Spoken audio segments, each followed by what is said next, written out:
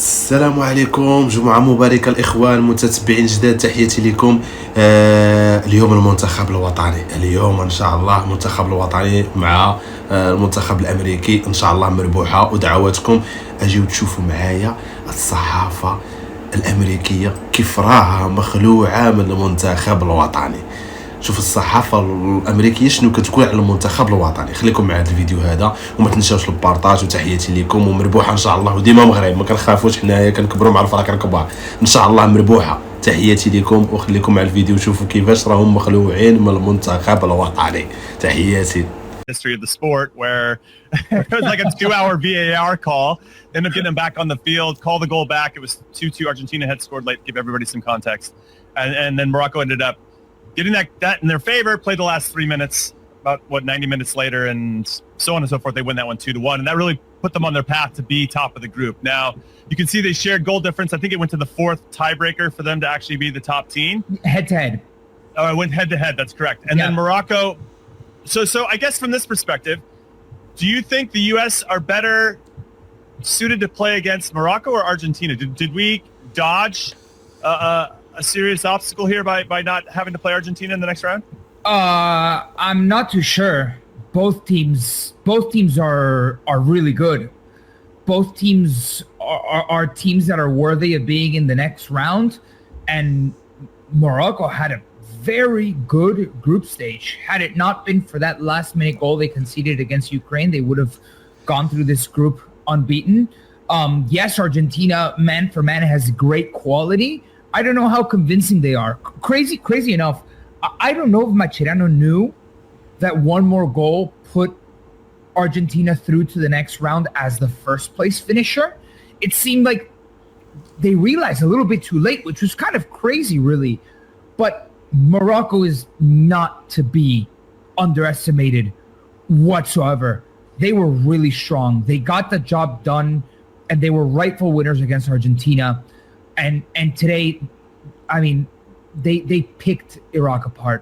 They were very good, and they have shown that in certain areas of the field, they have some of the best collective play at this tournament. And we can get further into the details of where the matchups might be a little bit, where there might be a mismatch on the field on Friday, but they're not to be underestimated whatsoever. And not only that, the U.S. are going into a serious away game.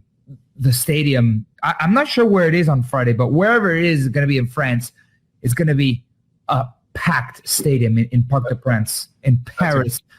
Moroccans, it's like it's as if the game was going to be in Casablanca. That's a great point. And definitely Morocco is not a team to be passed or thought negatively of, or you're happy to see, because they're extremely good. But when I look at the Argentine team, you go from the first game against Morocco, where they seem to lack connections. They seem to not have the same group pressing together near as well. Morocco played through. They're a very good team, but this Argentina team seems to just be gaining momentum. This Argentina U23 team is much less convincing than the full national team. And although there are bright spots, for example, Simeone, Giuliano Simeone, Cholo Simeone's son, who ran like a horse the whole game. He was really good. But it feels like at this point in time, Morocco's got a little bit more figured out than Argentina. And I go back to on paper, I think the U.S. wants to avoid Argentina. But in reality, if I had to choose who's playing better football at their moment, I would give the slight edge to Morocco. Okay, that's not great for us. So let's talk about Morocco. We know they have Achraf Hakimi, Nico, but are there any other players that we should be prepared for, especially as a fan that might start watching the U.S. team here just now in the knockout rounds, or unfamiliar with the Moroccan team?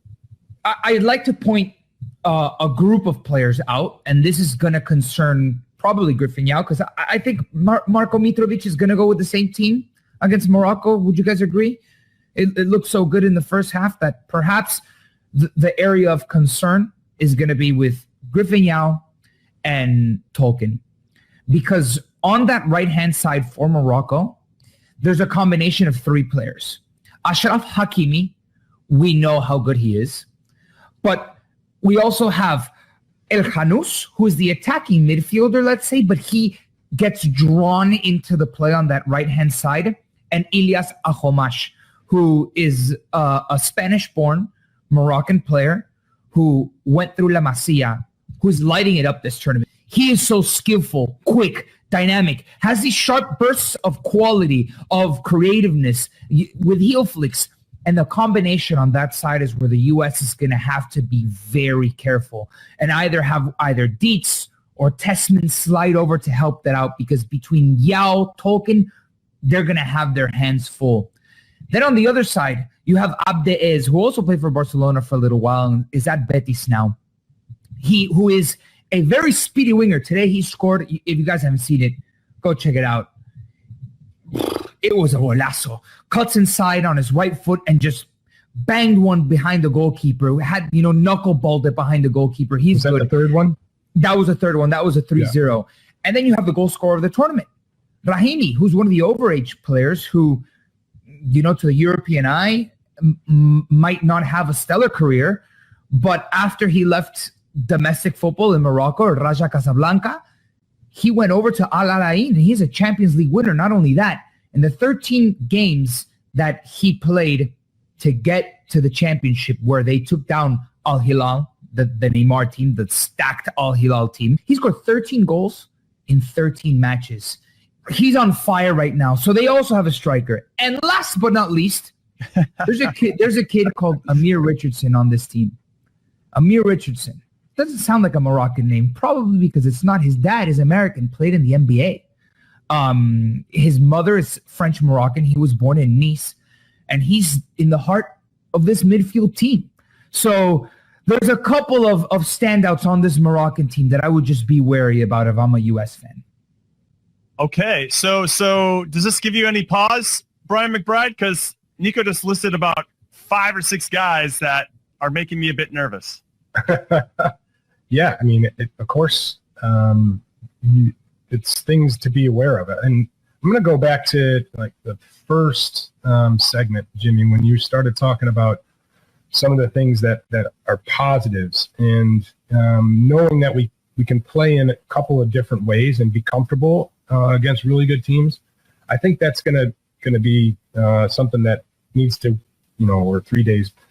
So you can make adjustments. When Nico, when you talk about the right-hand side, Georgie, we talked about it earlier. Georgie likes to come to the left-hand side, so it may not be as big of a worry. Certainly, you got to be aware, especially with Hakimi and his ability to get up and down that right-hand side. So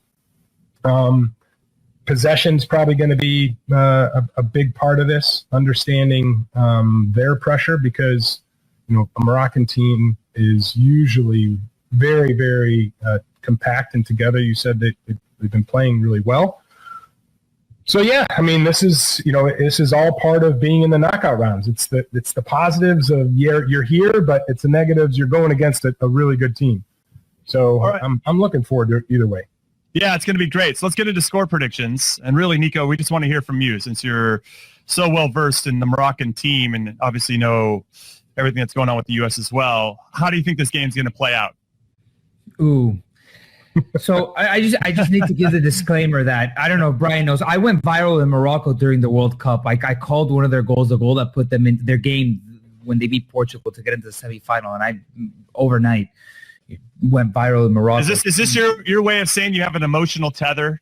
Yeah. I mean, this is let's go viral in the U.S. But I also have a stronger emotional tether to the U.S. I want the U.S. to win. Don't get me wrong, Moroccan fans that might be watching this, because I did send out the YouTube link to all of my Moroccan followers. I really want the U.S. to win, and I think it's going to be a very hard-fought match. Let's call it 1-1, and the U.S. wins in pens. Wow. Okay. I like that. Heart. I like it. I like that. Do you think that's now McBrizzle, you usually go with your heart over your head on predictions. Are you feeling the same way? I would love that. I would take 1-1 in us sometimes. I did the last time I went with my heart over head, but I've gone against US in certain matches. But not this one. I'm saying U.S. wins this 2-0, and that's 2-0 because no goals for Morocco. No, because we're going to get a goal early, and then we're going to absorb pressure, and we're going to get a goal late. That's going to be it. From your lips to the soccer god's ears, I hope that's what happens. But this Morocco team is going to be excellent. Also, very quickly, Nico. Well, Jimmy, you didn't give yours. What's that? Say it again. You didn't give your prediction. Well, that's what I do. I straddle the fence here on Call It What You Want. I ask the hard questions and never answer them myself. But, yeah, ultimately I see Morocco scoring. I probably lean closer to what Nico said as opposed to what you said, Nick Brazil. I could see a 1-1, potentially even a 2-2. I think we have the firepower to get a couple goals. I could see us also giving up a couple goals. And then hopefully we can do the business in extra time and or penalty.